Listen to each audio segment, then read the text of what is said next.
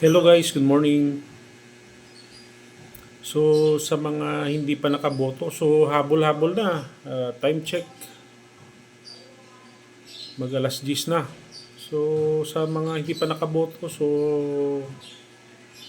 humabol na sa ating kanya-kanyang mga presinto.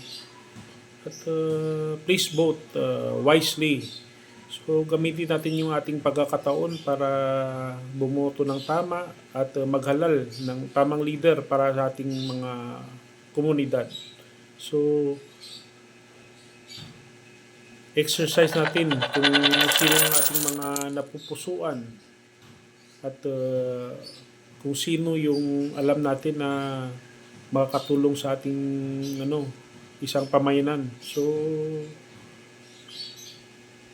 isip-isip na mabuti kung sinong ilalagay natin at isusulat natin sa ating mga balota. So yan yung sa atin,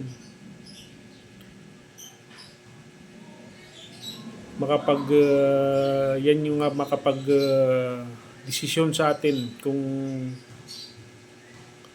sino ba talaga ang ilalagay natin o karapat dapat ba siya sa posisyon. So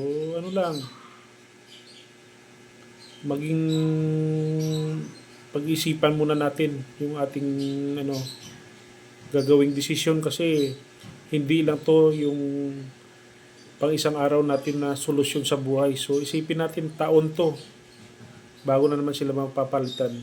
So para hindi magiging hindi masakripisyo yung ating komunidad. So think muna bago tayo bumoto, at dapat karapat dapat. So na tayo, prepare, alis na at pumunta sa isang lugar na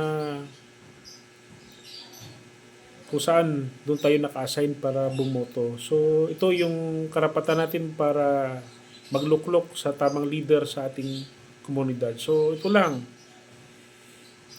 paalala lang natin na dapat maging tayo sa pagpili ng ating magiging leader. So dapat karapat dapat siya, ba siya?